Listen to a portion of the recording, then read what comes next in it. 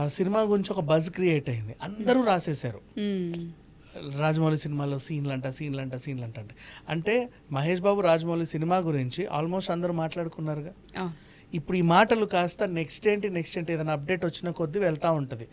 ఏదో మన ప్రియాంక చోప్రా బర్త్డేకో లేకపోతే మహేష్ బాబు బర్త్డేకో ఒక పోస్టర్ లాంటివి ఏమైనా రిలీజ్ చేస్తారు. ఇక అక్కడ నుంచి ఇక హైప్ వెళ్ళిపోతూ ఉంటుంది అనమాట. ఎంత కాదనుకున్నా 3 years వరకు అయితే లాక్ ఈ సినిమా ఇప్పట్లో అయితే రాదు, 2029 ఉంటుంది అనేసి అయితే ఒక అంచనా. అండ్ ఈలోపు మహేష్ బాబు